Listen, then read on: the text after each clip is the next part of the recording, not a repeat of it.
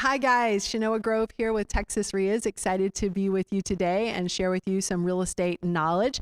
As part of our meeting, we get to do what I call a little bit of a mastermind session. And I've got some folks that are here with me as part of the meeting. And I want to go ahead and if it's okay with you guys, just go ahead and scan the room. Just if you guys don't mind waving, just to say, hey, yeah, no, we're here. You can come down and meet us and see us. This is the beginning of our meeting. We're actually several minutes early, but we've got several folks that came here and are showing up. So I want to be able to just say hello for all of the folks that are online with us over the course of our meeting today. And also know that, yes, we are live and in person. You're more than welcome to join us. So our official meeting is going to kick off very shortly. So we're still waiting for some folks to come on in, but excited to be here for the folks who are here early. I love that extra early show up. That means you're going to get something special. So I'm going to give you guys a little bit of extra details that maybe some of the other folks might not be able to get because they're not early. So I love the early birds. And also just want to tell you a little bit about Texas REIAs. So when I first started investing in real estate back in 2003, I joined my local real estate investor association. And it was there that I got the tribal knowledge that I needed to be successful. It was there that I got leads and deals and opportunities. It was there that I got money. It was there that I got the strategies for when I ran out of money as a real estate investor, because as real estate investors, the truth is you never have enough money for all of the deals that you have an option to take a look at. So I often refer to it as the contacts, the contracts, and the contractors that help make you successful. And if it were not for that first Real Estate Investor Association meeting that I went into, I would not be where I am today as a real estate investor. And I'll tell you guys, I have not updated my resume since before 2003. So at this point in my life, my resume is in some version of DOS. That even the techiest of the techie people in this room could not resurrect, nor would I want you to.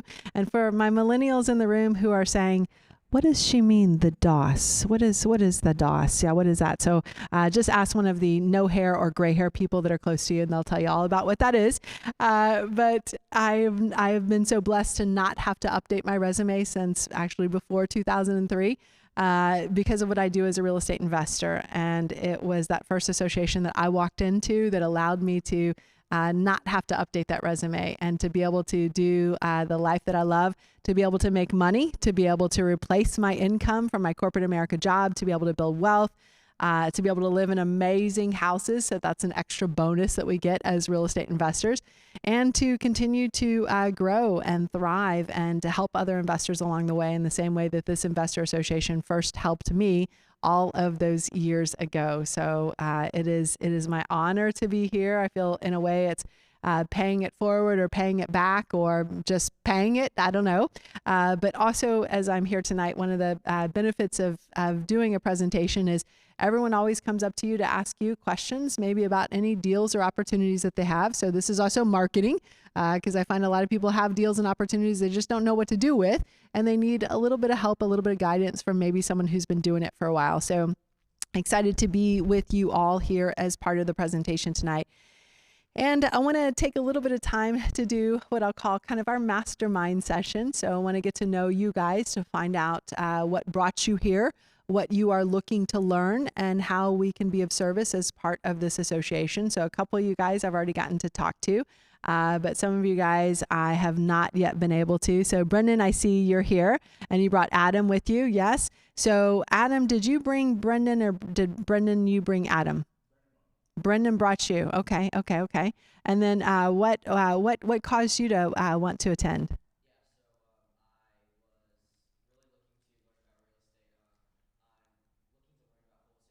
Learn about wholesaling. Yeah. Watch a lot of YouTube. Okay.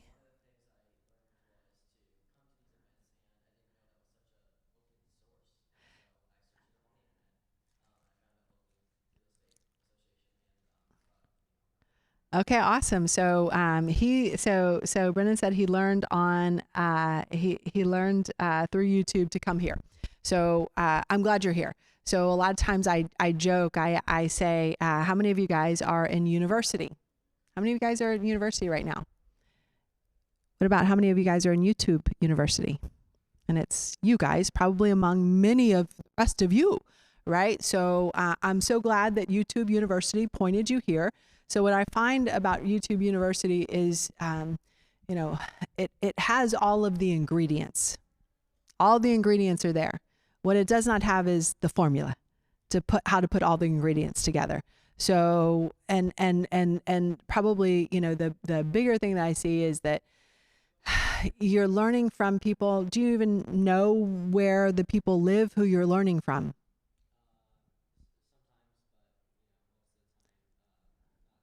Yeah, they don't mention it, right? So that's pretty typical. So here at Texas REIAs, what we say is we are Texans teaching Texans how to invest in Texas using strategies that work in Texas. Yeah. So and we make kind of a big deal out of that because we see a lot of people who will come here from YouTube University and say, well, YouTube said, insert item that will not work here in Texas, right? And I hear a lot of that, and I love, I think, my son has a 4-wheeler, and he was like, I need a new carburetor. I'm gonna rebuild the carburetor. Yeah, go to YouTube when you want to rebuild, a carburetor. Okay, go to YouTube when you want to fix a garbage disposal. Go to YouTube when you want, insert, an easier item here. I mean, I say this, we have a YouTube channel, but we are very specific that we teach, about Texas. So, when you're learning about real estate is so local. The laws are local, the customs are local, the contracts are local, the realtors are local. And if you are getting, some ideas, and you're 22, you're 17. You look old for your age. Okay. No, I'm kidding. And Adam, how old are you? 17. Okay. This is awesome. So if you're 17, I know I sound like I'm 100 right now. I don't want to sound like that, but I do want to be very real with you that if all the laws were the same regarding real estate, if all the customs were the same, if all the contracts were the same, then I'd say, yes, like all the carburetors are the same, right? Go to YouTube University. But that's not really the case. So I find that a lot of, new investors, who are learning from YouTube University are, I kind of say like a blind man in a dark room looking for a black cat that isn't even there, right? And you've got a lot of the ingredients, but some of the ingredients are wrong, right? So some of the ingredients are saying, put, a teaspoon of salt, or a tablespoon of salt in your cake, which is going to ruin your cake, right? But here's where we talk about what works here in Texas. So, and if you told me like, hey, I'm going to do like virtual, wholesaling, in other states, and I'd say still that's great. You got to learn from the person who is the expert in that state that you're going to be going to invest in. So, and there are a lot of big mistakes that I see, I saw there was a real estate investor here who was very savvy in the state that he was in. And then he got here and he bought a property on using a quitclaim deed. Is anybody familiar with or heard that a quitclaim deed? So quitclaim deed, so there's a general warranty deed, which is your best and highest form of ownership. And there are several other different deed types underneath that. But quitclaim deed is a deed type that's used in many other states. And it is an easy way to transfer title. And in Texas, a quitclaim deed is an easy way to transfer title. The issue only comes up when you try to resell that property using a quitclaim deed. What's the title company going to say? What's the title company going to say when you do that?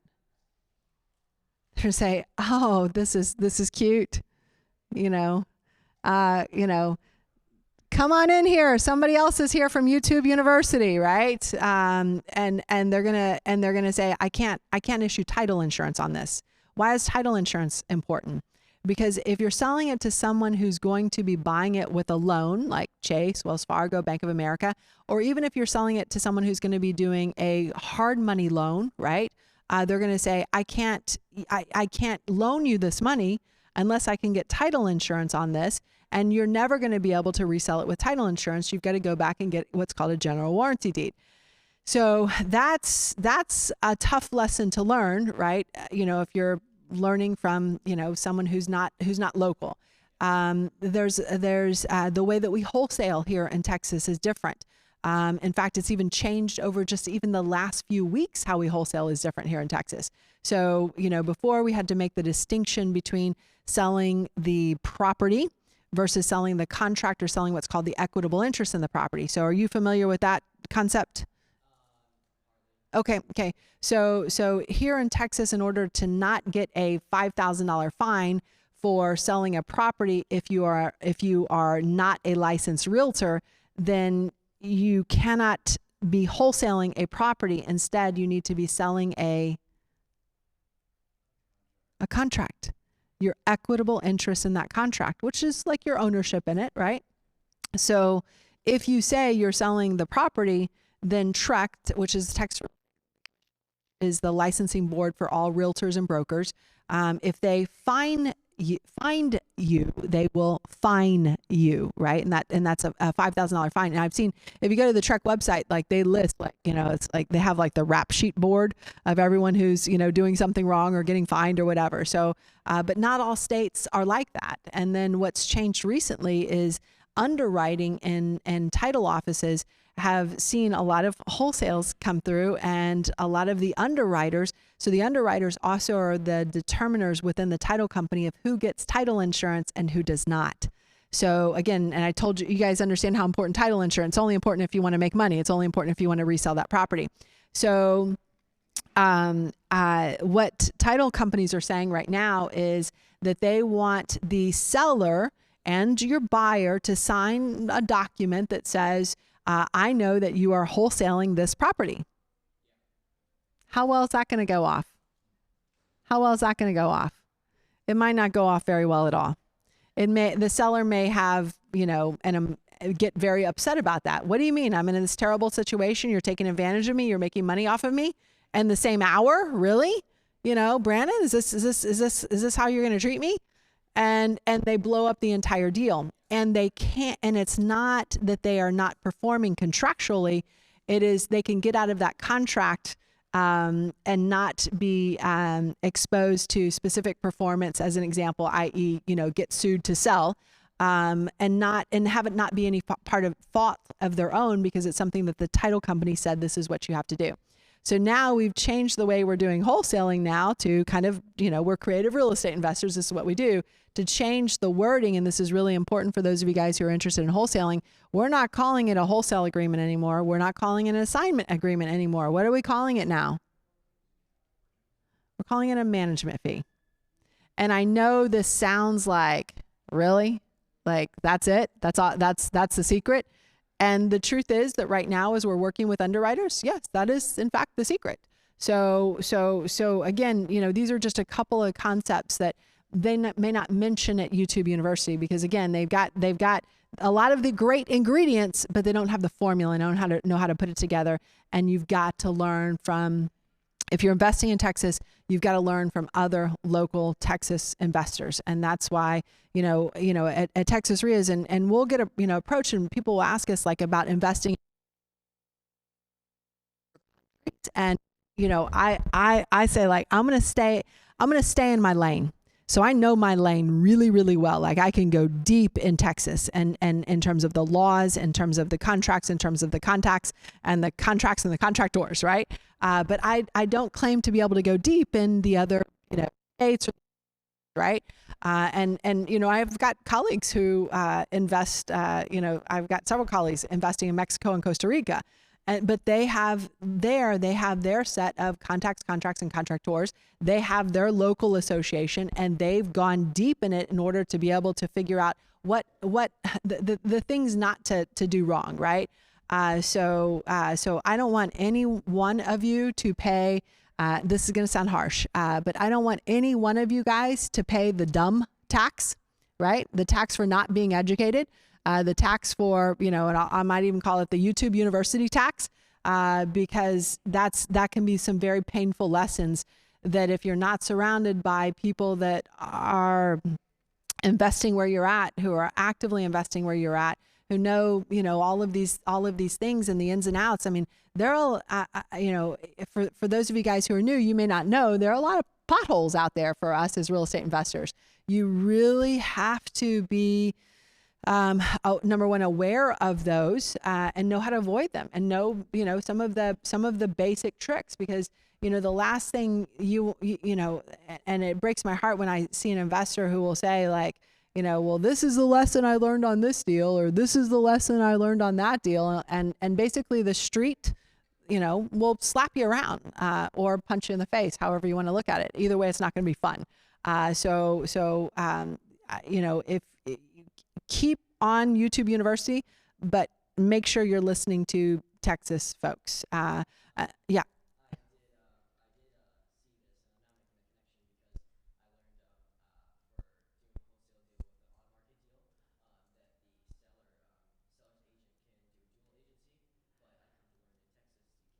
Yeah, we do something called intermediary. We don't do dual agency. And then the other thing I'll say is this. So you said you were talking about an on-market deal, right? In Texas last month, the list price to sales price ratio was 103%. What does that mean? If it was listed for 100,000, it sold for 103,000.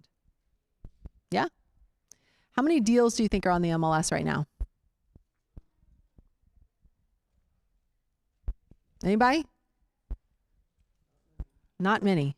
How many even houses? I'll just, aside from deals, like how many houses are available on the MLS right now? Same answer. Not many, right? So, if you're so does anybody follow Zillow? Does anybody follows? You live on Zillow. Okay.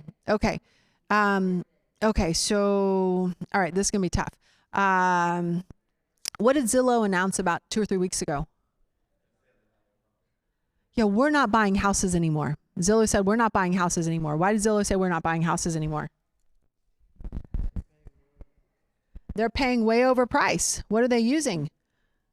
Those Z estimates that you just said that you're looking at all the time.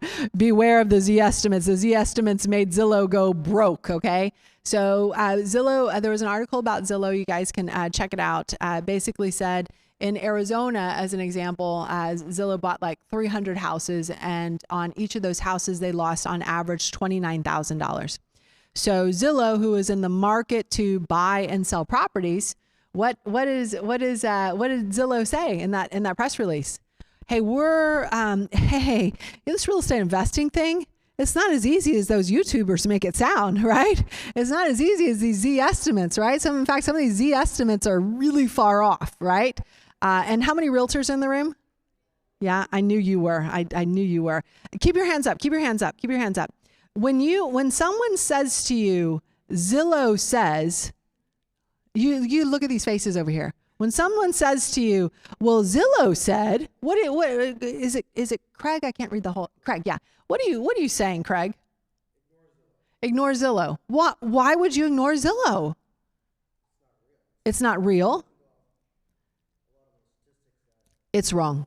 It's wrong. Here's the issue for us as real estate investors. We don't know how it's wrong.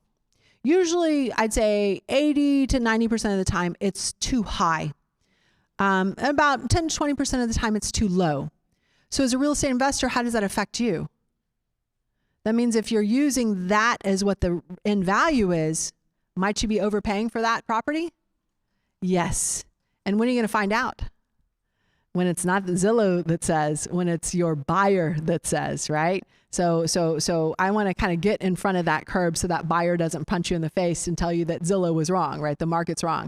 What it said is wrong. So yeah, Zillow was losing about $29,000 per house. They were in the market of buying houses. They were overpaying for all of their houses. And Zillow about 2 or 3 weeks ago said that, hey, we're getting out of this market. It's not working out for us. And then their stock dropped 10%. But there are still many other what's called iBuyers that are in the market. So Open Door, Redfin, and of course the next day all the papers went to Open Door and Redfin and said, hey, how's it going for you guys? And after watching Zillow's stock drop 10%, do you think they said, yeah, no, we're getting out too? No. They're like, we don't want our stop to drop. Everything's fine. Everything's fine. But do you think they're fixing some of the things that they're doing? The answer is yes. So I want you guys to be, careful about the tools that you use, right? So what I've found, since, we've all been on the internet for the last 30 years, is that the internet knows everything. But there's a fair amount of ridiculousness in there and a fair amount of wrong that's in there as well. So yes, you've got to be careful and I want all of you guys to be careful, especially those of you who are, at that, YouTube University works as long as the people you're learning from are actively investing here, right? So I want to put that, and I'm not trying to do that to scare you. It's just, I've seen a lot of, I've been part of the local real estate investor association since I started investing back in 2003. And I've seen a lot of mistakes. Another one that I see is a lot of people and who's excited about tax sales? Who's excited about tax sales? Okay. A couple of you guys, the tax sales stuff that you see on YouTube and some of these other places, that's not how the tax sales actually work in Texas. So a lot of people get excited like, oh, this person hasn't paid taxes. I'm going to go and buy a tax lien on this property. It's like, that's not really how we do it here, but I know it sounds good on YouTube and some of these other places. And I'll tell you, I have bought so many houses from homeowners who were not just 1 year behind on your taxes. Is the county foreclose on you after 1 year? No. 5 years? No. I've bought properties from people who have not made a payment on their property taxes for over 10 years. So if you want to get in that tax sale business, that's going to be a long, painful, treacherous thing. So again, this is why we joined the REIA, right? So, and I'm glad, and it's funny too, because I see a lot of national coaching organizations. And some of you guys will have heard of some of these different national, and maybe some of you guys are even coached by some of these national coaching organizations. Does anybody, would anybody say if they had a coach, a national coach? Anybody in here? Anybody? No one? Really? No one? No one? Maybe someone? So, what I find is, a lot of these national coaching organizations, they are, all the coaches are in Utah, which again, is wonderful until you realize that Utah is completely different in terms of investing than Texas is. And then, what they end up telling you guys, because they can't go more deeper than what's on their script, right? And what's in their book in terms of helping you and advising you, that they tell you to do this, they all tell you to do the same thing, which is, hey, you need to go and join your local real estate investor association. Why? Because I don't know the answer to your question. And why? Because I don't know who to point you to go get your contracts. Why? Because I don't know who to point you to go find the right title company. Why? Because I don't know how to point you to do your marketing, right? Or I don't know how to point you to get your leads, or I don't know how to point you to get access to the MLS so that you are not using Zillow. No one's going to leave here tonight using Zillow, right? Oh, and guys, do you mind if I do a quick, I want to just share with everyone who's online with us, everyone who's here with us. So if you guys, starting over here, will you wave? You're on camera. You're on camera. Yeah. Good wave. Okay. I'm going to give you guys another shot at the wave because that was actually very weak. Yeah. So let's try this again. With feeling this time. Okay. All right. So here we go. We're going to try it again. A little more feeling, more feeling, more. You've got it in you. I know what you're thinking. Well, what's my motivation? Fred? Money. Yeah. So you guys haven't met Fred. Everybody meet Fred. Fred and I had an agreement earlier that every time I would point to him, he would just say, money. Okay. So if you see that dynamic going, that's what's happening here. Yeah. So I just want to make sure you guys do this safely. Real estate investing is probably one of the most highly capital intensive businesses that there is out there. And I love that you said that and if you're getting your information from YouTube University, yes, do wholesaling, because there will be less opportunity for you to lose a lot of money, right? Versus if you're doing some of the other strategies, then you can get in a lot more trouble. So, and speaking of, on this presentation, I've got a lot of tribal knowledge that I'm just kind of including up here. So if you're not familiar with some of these tribal knowledge pieces, number one, you're welcome to do a screenshot if you're listening online, or just take a picture of the screen if you're here with us in person. But, and they will replay over and over again. So if you feel like, oh, why didn't she say that 5 minutes ago? Because I really like that piece of information and I didn't get it all memorized, I'll replay that for you as well. So I want to make sure you know you can do that. So we love sharing tribal knowledge because as president of Texas REIAs, a lot of people come to me and say, you know, Shenoah, can you unscramble this egg? What does that mean? That means I did something that I should not have done, and now I am in a lot of trouble and I don't know how to get out. So I have become really good at unscrambling eggs over the years, but I'd prefer not to. So I'd prefer to give you guys the education so you know what you're doing before you start scrambling that egg. So I want to make sure you guys have an idea. This slide, I'm going to put it in full keynote view, is, dang it, let me see if I can roll it back. This slide is probably one of my favorite slides. This is one I want everyone to take away from. So some of you guys are at YouTube University. How many of you guys are at HGTV University? It's okay. It's okay. It's okay. It's okay. So at HGTV University, they have something that, what kind of profit do they make? TV profit. Yeah. How much of that TV profit can you actually put in your pocket? Not as much as they claim. So on that last slide, and the reason why I want to make sure that you guys are getting this as a takeaway is it goes through all of your closing costs when you purchase the property. It goes through all of your carrying costs all the way through. It goes through obviously your remodel expense, and it goes through all of your resale closing costs as well. And then it subtracts out to figure out what your profit is at the end of the day. TV profit does not include what kind of commissions, Craig? Realtor commissions, right? Never includes realtor commissions. Does TV profit ever include holding cost? They all have their money for free. They're not paying any holding costs on there. Does TV profit ever include payments for property taxes, payments for insurance, payments for HOA fees? No, the answer is no, not at all. So that's why I put that slide together so everyone can really understand that that when you buy a property, you know, I'll see people who will say like, well, the ARV, what's called the after repair value that we are not getting from, every time I look at you, ma'am, you're going to say you're not getting it from where? Zillow. Thank you. So we got some things going on in here. Okay, good. So every time, you know, when people will see the ARV, the after repair value, and they'll say maybe it's 300,000, and they'll say, well, it probably needs about $50,000 in repair. So anything that I pay less than 250,000, I'm in the money, right? And that's actually not the case at all. And some people will say, well, I'll just, you know, double the renovation cost. So maybe I'll only pay 200,000. Well, that's not how that works either. What is our real estate investor maximum allowable offer formula? What is that? Our real estate investor maximum allowable offer formula. Yes. Yes. Oh, here we go. Yeah.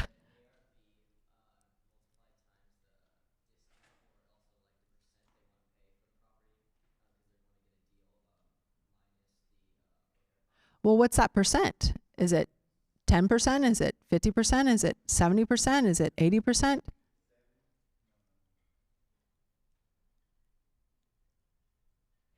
You want to poll the audience? He's sign languaging you. What is it? It's 70% of the ARV minus repairs. 70% of the ARV minus repairs. So you're getting a 30% discount. So how much are you going to make if you're getting a 30% discount? What's your profit?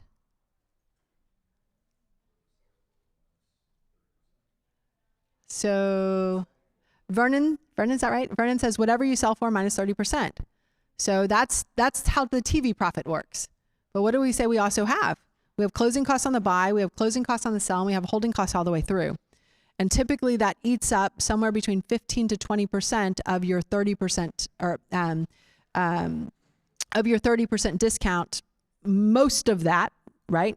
At least half of that goes to pay for all of those holding costs, and closing costs twice, right? So if we're going to do the math together, and I want to make sure you guys have this. So let's say you have a property that has an ARV of $300,000. A property that has an ARV of $300,000. We're going to do math in here, so I want to make sure you guys are ready. ARV is 300,000. Repairs are 60,000. What is your offer? Somebody said 110. No. 210. Wrong. Is it REIA? REIA, did I say that right? REIA says 150. So 70% of 300 is 210, right? 210 minus $60,000 is $150,000. That's how much you pay for that property. How much do you make if you make that offer for 150 on a $300,000 property and you put $60,000 into the remodel? How much do you make? You typically make somewhere between 10 to 15% of your ARV. Between 10 to 15% of your ARV. So on a $300,000 house, you're going to make somewhere between $30,000 and $45,000. Even though you got a $90,000 discount, right? That 70% times 300 was 210. So that 300,000 minus that 210 that's 90 grand. But you're only making somewhere between 30 and 45,000. Why is that? It's the holding costs. It's the closing costs on the buy. It's the closing costs on the resale, right? That all adds up. What do I mean by holding costs? What are some examples of holding costs? Insurance, yeah, good. HOA, utility. Well, that's about 20% of it. What's our big holding cost? Interest payments. Are you buying it with your own cash that's not, getting any interest at all? Or are you getting a hard money lender, right? If you're getting a hard money lender, they're going to take about 5% of the ARV in terms of their profit, right? So if you're doing a hard money lender, you're only going to typically make around 10% of your ARV. So around $30,000, even though you got a $90,000 discount because of all these costs. If you're paying with your own cash, then typically you can make somewhere between 15 and 18% of your ARV. Now, what am I assuming? What are the major assumptions here? What are the major assumptions here? The major assumption is that you did not get your ARV from Zillow. That means the major assumption is you got your ARV from a realtor, which means you got that ARV right and spot on, okay? What's the second major assumption? It's just math. What's the second major assumption? Your repair cost. Now, probably my least favorite saying, but probably one of the most true sayings in real estate is this quote. And you guys can tell me who was the great person who said this quote. And that is this: my renovation project came in on time and on budget. Who can you attribute that to? Said no one ever, right? Right? Anybody in here done some renovation on their own home even? And it's like this project starts to creep and creep and creep and creep, and it starts to grow and grow and grow. So I'm saying that you're going to make somewhere, ma'am, you've experienced this personally, it sounds like. And then, sir, you've opened your wallet for that experience, it sounds like as well. Yes. And you're still smiling and together. That's awesome. Yeah. But I don't want to be there on the ride home. I don't want to, no, I'm kidding. But you can see, right, where a lot of people get themselves in trouble. They don't understand the math, right? They don't understand all the closing costs. So that's why when I showed that slide, I wanted to make sure that you guys, took a snapshot of it, because it is really critical to know your numbers and to know and to know coming in, right? Because I see a lot of people who make a lot of mistakes and in some cases lose money as a real estate investor because they don't understand how some of the basics of the numbers work and the money works. And that's why we do try to take some time to make sure you guys are educated. So we did a little math earlier. So Tony's in the back helping me. Everybody say hello to Tony. Yeah. Yeah. So Tony, I want to make sure that these people really, really have this. Okay. So I'm going to suggest, can you lock the door so no one leaves until we're going to do a little quiz in here. Okay. Everybody. And Tony's a really smart guy, and numbers in his head. Like, yeah, there it goes. Sounds like a dungeon right now. So we can let that guy in. Yeah. But then lock him after that. So I want to make sure you guys have this formula. So we're going to do a little more math together, just to have a little fun as we're ending this part of the presentation before we go into the market update. ARV is 200, repairs are 40. What is your offer? For you got it. Come on. 100. Yeah. Only one person has this. Keep the doors locked for we're going to be here for a long time. Vernon, thank you. You can bail them all out. But I mean, Vernon, can you be everywhere where all these people are going? No. So let's do math together. I'm going to give you one more. So Vernon said 100. So 200,000 times 70% is 140. 140 minus the 40,000 needed in repairs is $100,000 is your offer. Let's do one more. Make it an easy one. Okay. Everybody's got to get this. Otherwise, I'm not going to allow Tony to unlock the doors. Is that fair? Is that okay? People are nervous. I can see some sweat dripping off of you guys. One lady has running shoes on. She's looking at me like, I think I could take you. So ARV 100,000. Oh, look at that. ARV 100,000. Repairs are 20,000. What is your offer? It's 50. 70% of 100 is 70. Right? 70 minus 20 is 50, right? Yeah. So want to make sure you guys all have that. And it's really, truly only important if you want to make money. Yes. Yes. That was a joke. I mean, it was a serious joke, but, thanks for playing.